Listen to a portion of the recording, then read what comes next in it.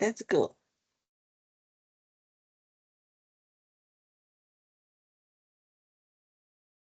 Suaraku ini habis tadi makan gorengan.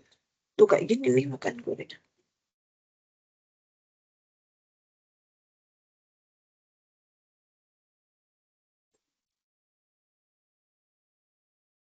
Nah, ini dikatakan bahwa innovation is an art. Innovation cannot be learned. Innovation has no system or basic principles. Jadi, terlalu luas kita mengatakan inovasi dari yang batu bata tadi sampai yang sophisticated technology. Apa sebenarnya inovasi itu? Ya, dari tukang kayu, tukang batu, sampai dengan bangunan yang prefabrication gitu.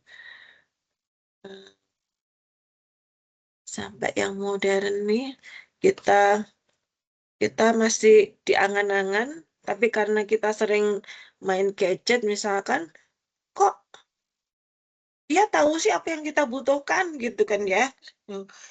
Apa yang kita pikirkan, kita ditawarin barang-barang ini gitu misalkan muncul di gadget kita. Karena pola kita itu sudah ditangkap oleh mereka, masuk ke mesinnya. Kira-kira orang ini dari kemarin pembelian itu sekarang sudah habis nih. Kayaknya perlu lagi nih. Nah, dia menawarkan barang itu. Kan keren ya. Ini bukan magic. Ya, tapi berdasarkan eh, data, big data. Aduh, apa itu big data? Aduh, ini dia. Nanti tanggal 2 ya. Profesor Andri itu ternyata tidak bisa tanggal 5, teman-teman. Tanggal 5 itu Kamis ya. Ternyata beliau tanggal 5 itu masih di pesawat. Belum bisa telepon, masih di perjalanan. Jadi belum sampai ke Indonesia. Nah, bisanya nanti itu tanggal 12 itu bisa. Jadi nanti mudah-mudahan aku bisa mendapatkan pembicara untuk tanggal 5. Nah, Profesor Andri ini ahli big data. Orang belum bilang big data, dia sudah bicara itu. Nah, kok bisa dia itu ada di FEB? Dia di FEB itu karena saat itu mereka membutuhkan seorang engineer ya. Nah, Profesor Andri itu setahu saya background-nya tetap aja engineering, komputer gitu ya. Nah, karena ditempatkan di FEB, sehingga itu pengetahuan tentang finance dan sebagainya itu bisnis gitu ya, itu menginspirasi beliau sehingga memunculkan istilah-istilah yang atau dia tuh cepat sekali menangkap bahwa untuk bisnis yang sustain kita harus mengolah banyak data, ya big data begitu, sehingga kita mengetahui tren apa yang sedang tren, apa yang dibutuhkan orang saat ini dan seterusnya itu berdasarkan dari big data. Nah, dia keahliannya banyak. Aku belum sempat bikin tornya nih. Jadi ingat nih, ngutang lagi. Nah, kemudian, halo? Ya, Bu. Oh ya Masuk, ya Bu, ya, suaranya. ya ya. Nah, jadi inovasi itu tidak datang dengan sendirinya. Dia harus dicari. Hanya muncul pada orang-orang yang kreatif, yang selalu menciptakan sesuatu, selalu memperhatikan bahwa tidak ada produk itu yang sempurna. Selalu ada kekurangannya. Dan dia memperhatikan kebutuhan orang itu apa. Dari kemampuannya itu, nah dia mencoba mengkreasikan dari apa yang ada, kemudian dia memperhatikan kebutuhan pelanggan, customer, orang itu butuh apa. Kadang-kadang itu kan customer tidak tahu sebenarnya dia itu butuh apa. Ketika dia itu ditanya, apakah yang begini begini, "Oh iya, saya butuh ini, butuh itu." Nah, kita baru tahu. Nah nah kemudian jadi, inovasi itu tuh akan muncul pada orang-orang yang kreatif, ya. Kreatif berarti yang meng-create, yang berkreasi. Only gifted people can create. They create and we copy. Ingat bahwa China dulu tuh tukang kopi nih, bukan tukang ngeteh gitu ya, tapi dari ngopi, ngeteh juga di Korea juga ya, dari eee, tukang kopi dulu, baru kemudian dari situ dia belajar, bagaimana sistem itu bekerja, bagaimana menambahkan, fitur gitu sesuai dengan kebutuhan. Nah, ini kopi itu mungkin kita itu masih banyak di sini-sini nih. Nah, kalau sudah, eee, mengkopi dan mengetahui, ininya ya, kelemahannya yang dia copy dan dia akan mencoba menambal kelemahan itu. Nah, dia baru bisa berkreasi. Nah, memang tidak mudah, berkreasi itu. Kalau kreasi itu dalam taksonomi Bloom, itu berada pada level yang paling tinggi, kreasi itu. Yang paling rendah itu ada 6 level ya, 6 level taksonomi Bloom. Apa itu taksonomi Bloom ini? Ini adalah, eee tahapan untuk, tahapan perkembangan pemikiran. Dan ketika kita membuat kurikulum, itu selalu kita masukkan, taksonomi sampai sejauh apa. Kalau misalkan S1 itu sampai dengan ketiga. Ketiga itu kalau nggak salah itu analisis. Implementasi atau analisis ya, saya lupa ya. Nah, kalau S2 itu tahap 4. Tahap 4 itu evaluate. Nah, tahap 5 dan 6 tuh apa, yang ke-6 itu yang kreasi itu, yang doktor itu yang berkreasi itu. Dan, ya kalau kita di awal ini kan kita baru melihat karya orang gitu ya. Gimana sih si A, si B, si C itu gimana, kemudian kelemahannya apa, kelebihannya apa, itu kita kita baca dan kita sarikan. Oh, ternyata si A, si B, si C itu kelemahannya begini, kekurangannya begini, dan kita cari gap-nya. Nah, kita baru kemudian bisa berkreasi. Ini jadi mengangkat, eee, meng to elevate, ya, mengelevasi semula yang hanya analisis atau evaluasi menjadi berkreasi. They are the gurus and we are the drones. Drones pengikut. Without people like Newton, Einstein, Edison, the view that made it would still be living in caves. Jadi kalau nggak ada Newton, Einstein, dan Edison ini nih, kita akan masih tinggal di gua. Wah, di gua. Banyak cacing, banyak kelabang, nggak ada lampu, nggak ada internet apalagi. Wah, jadi kita boleh misalkan tinggal di suatu daerah terpencil gitu ya, tapi internet jangan ya. Internet harus ada, listrik harus ada.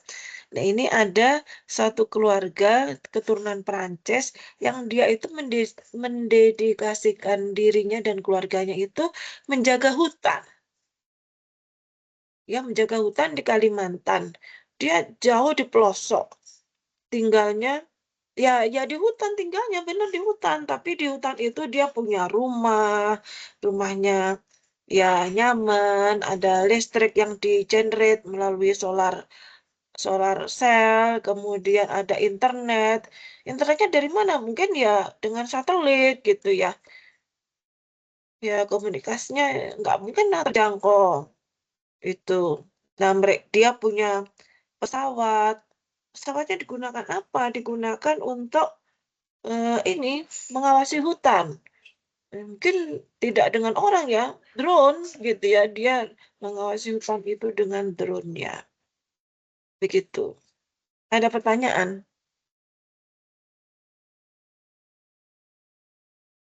Jadi kita levelnya masih mengcopy, melihat kiri kanan dulu.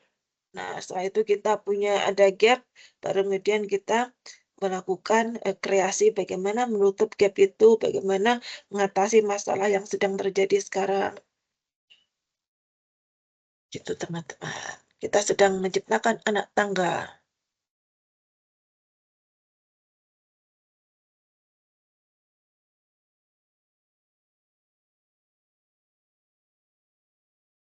Bu izin tanya. Ya, Nah, berarti kalau fils filosofi, filsafat gitu ya, Bu, ya, mm-mm. itu berarti ada di mana posisinya, Bu, sama inovasi? Inovasi, posisi filsafat. Dia itu sebenarnya berpikir mendasar, secara mendasar, menyadarkan orang gitu ya, menyadarkan orang untuk menggali sifat-sifat yang kreatif, ya. Jadi kita tuh sebenarnya sudah punya, tapi kalau nggak ditik-itik itu tuh kita nggak sadar itu. Bosen ya filsafat ya, gitu ya. Ya sebenarnya mengingatkan kembali bagaimana kita hidup sekarang ini bisa nyaman seperti ini, bisa modern ini karena adanya inovasi-inovasi. Inovasi itu muncul karena adanya eh, apa ya? Dia ada orang yang selalu berpikir bahwa ini produk ini tidak sempurna. Ini perlu adanya advancing, perlu adanya upgrade sesuatu yang di-upgrade di situ. Dan kita itu dari filsafat itu menyadarkan ini loh, eh, kita tuh baru berada tadi itu di efek mana tadi itu? Kita tuh berada di kita we just copy. Ya, kita dari level taksonomi Bloom itu kita baru ada di eh, S1 itu analisis itu sudah bagus itu ya. Terus kemudian evaluate, kita baru mengevaluasi. Kita baru membaca ini itu. Nah, untuk bisa kita berkreasi itu harus ada tahapan-tahapan lagi. Nah, itu penyadarannya tadi filsafat ini. Ini dikatakan sebagai stepping stone. Ini harus dilalui dulu, memahami hukumnya. Jangan sampai kita itu menciptakan sesuatu itu tanpa landasan yang lemah. Jadi eh, berpikir itu untuk bisa menyelesaikan suatu masalah yang real gitu ya, itu harus memahami dari landasannya. Filosofinya tuh kayak gini no, ini dari awal sampai ini begini. Jadi harus betul-betul memahami akar masalahnya. Jadi kalau enggak berarti floating aja seperti kita itu sedang eh, ber, apa nih, mencoba membuat kita itu cantik, tampak cantik tapi sementara pakai bedak aja dipoles sana sini. Sementara sebenarnya kalau itu semua hilang nggak akan cantik lagi gitu ya. Begitu. Jadi benar-benar harus eh, menciptakan itu harus memahami dari hukum hukum awalnya ini. Jangan menjadi memberikan suatu solusi yang floating, tidak mengakar kemana-mana. Suatu ilmu itu pasti ada akarnya, ujung-ujungnya itu ada akarnya. Begitu, Mbak. Ya, Bu, makasih, Bu. Ya, sama-sama. Ya, seperti optik itu misalkan, optik itu apa? Dasarnya apa? Cahaya. Cahaya itu untuk apa? Cahaya itu dari sisi mana mau melihatnya gitu ya. Kalau dari sisinya Mas, apa ya namanya? Lupa.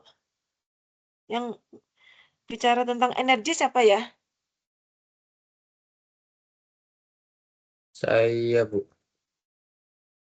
Mas Zainal ya? Saya. Benar, Mas Zainal tadi. Iya. Nah, misalkan cahaya.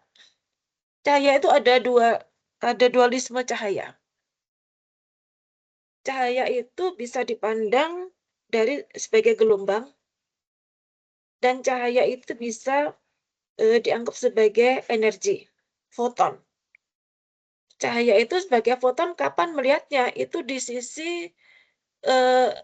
sisi terminal-terminalnya.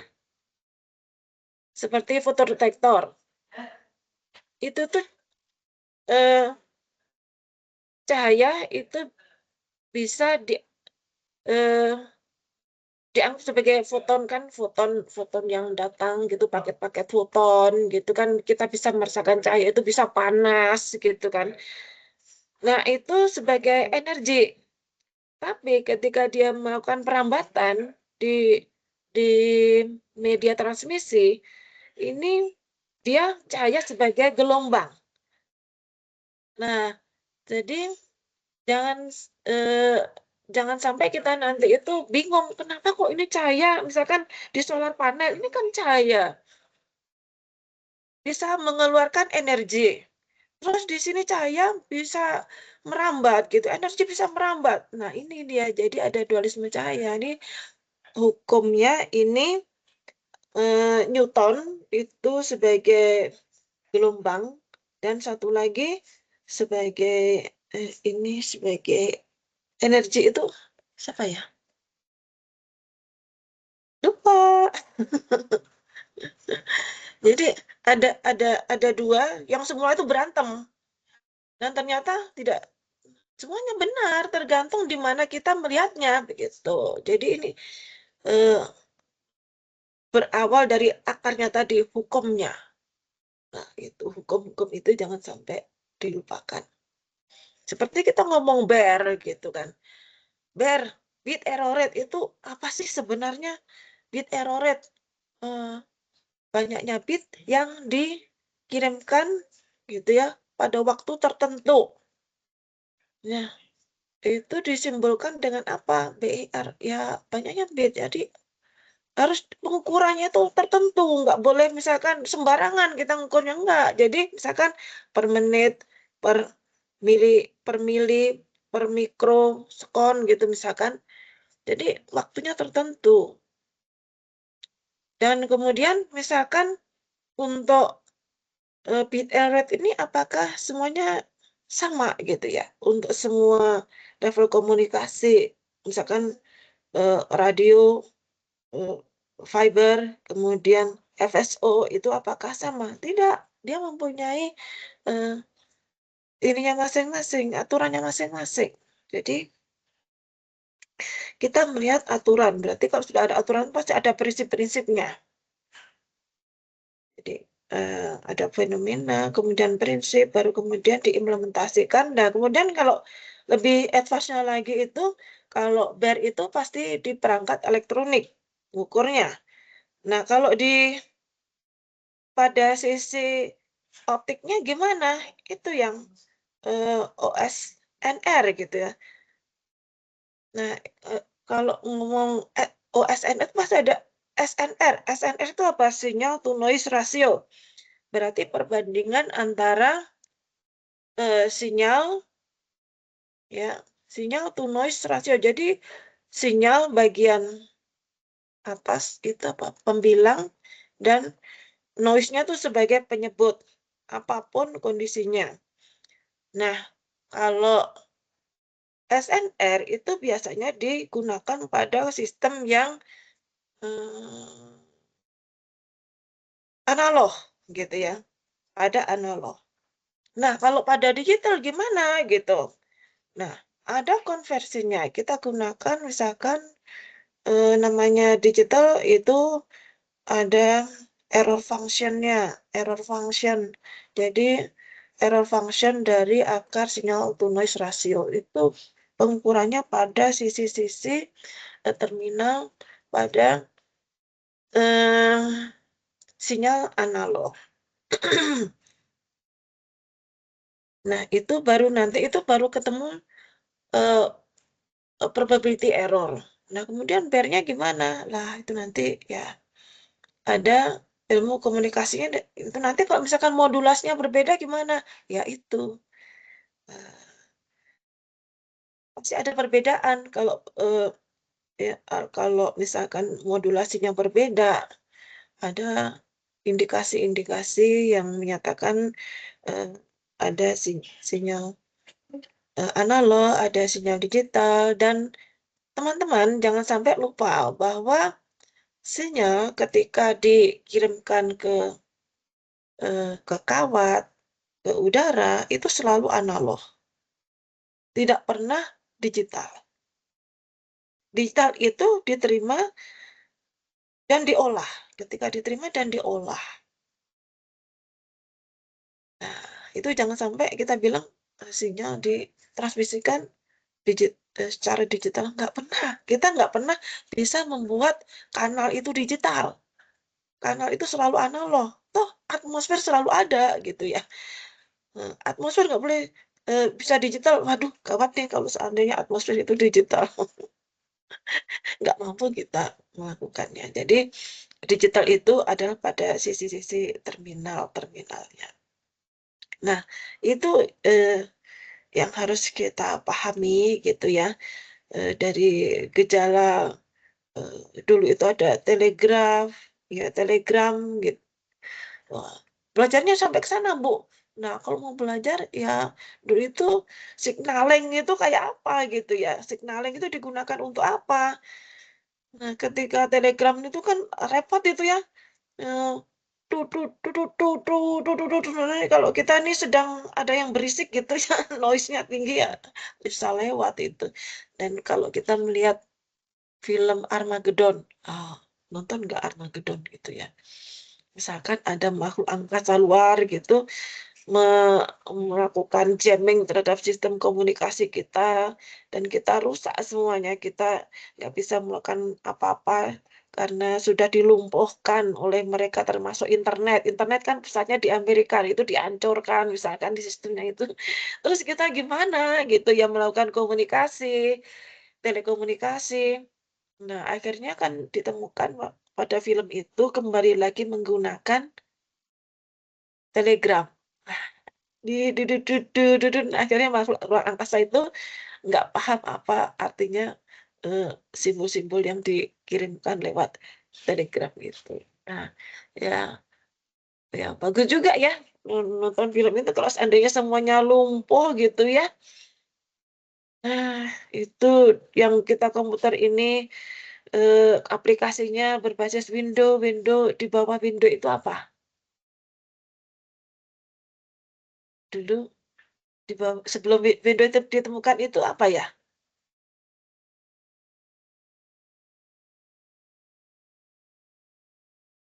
Ingat nggak? Dulu kalau mau pakai komputer itu harus pakai CD dulu, DOS-nya dipasang. DOS bener kan? Disk Operating System itu harus dipasang dulu, baru kemudian dimasukkan floppy disk yang data kita. Nah, akhirnya kita nanti akan kembali ke DOS. Kalau seandainya semua yang sistem yang dibangun di atasnya itu runtuh, kita akan kembali lagi ke DOS. Kebayang nggak? Nah, itu juga misalkan sistem komunikasi kita runtuh, ya akhirnya kembali lagi ke Telegram. Basicnya itu. Ya, kebayang itu nanti nulis ini B, ini C. Apa itu nggak apa itu. Yang tahu ini para pelaut gitu ya, yang sampai sekarang mungkin masih menggunakannya. Dan kalau misalkan explore gitu ada SW, shortwave gitu, punya radio gitu kan, masih ada sinyal-sinyal itu yang kita bisa tangkap.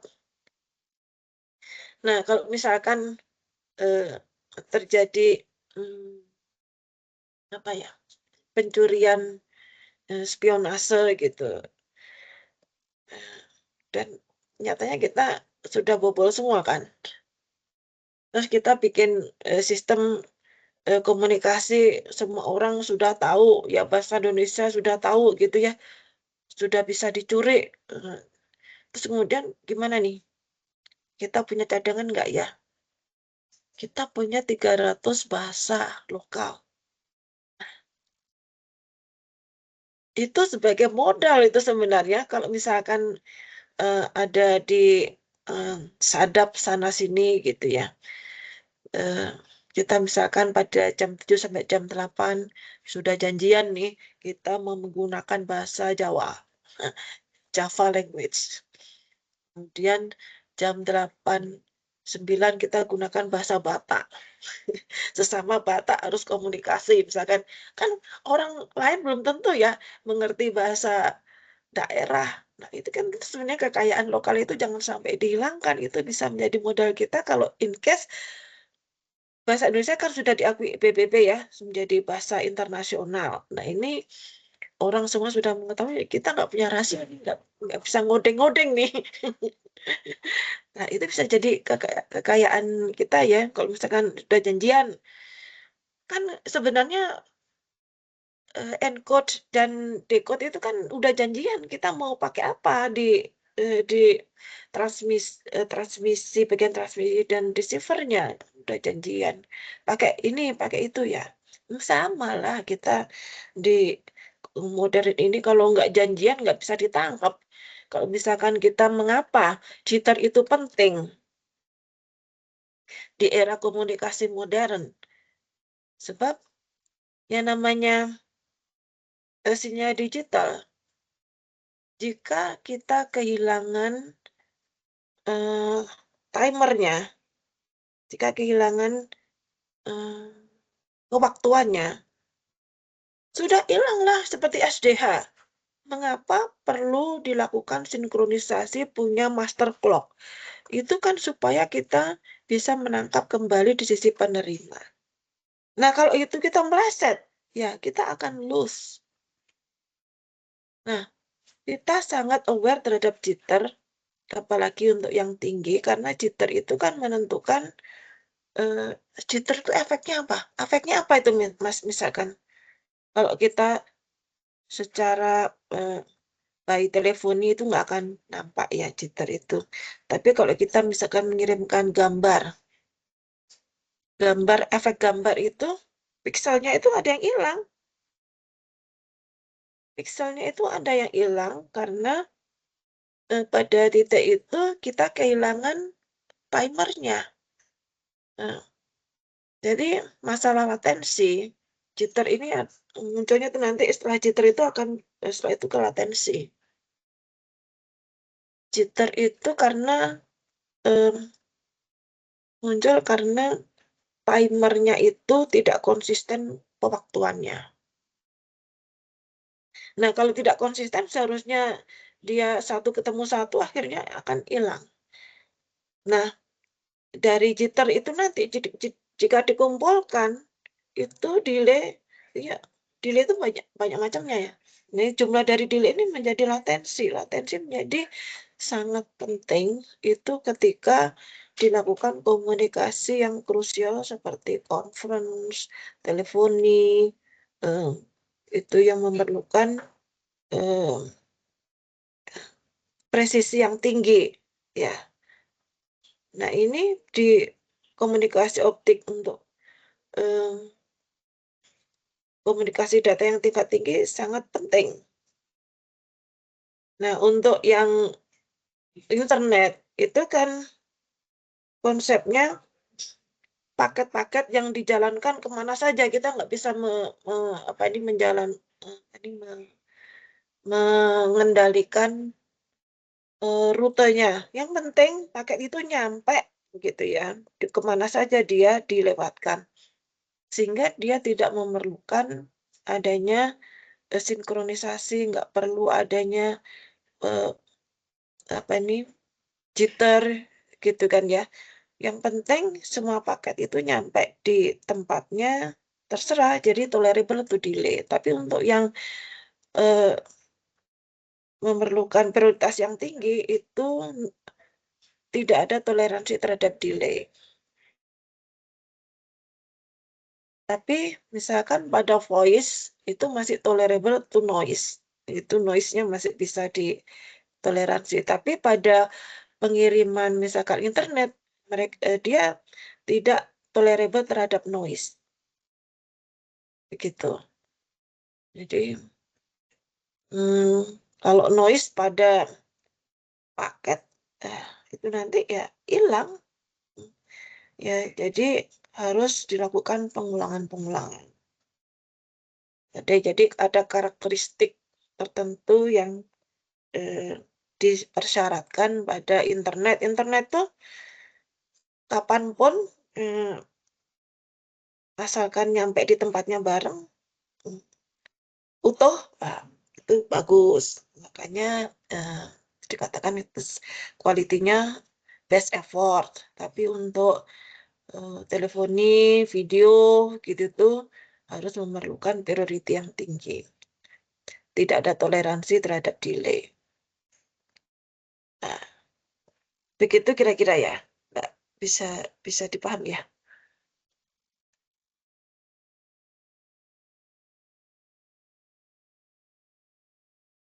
Jadi nanti ketika membuat kreasi itu tetap aja mengakar pada hukum. Hukum-hukumnya jangan sampai dilewatkan.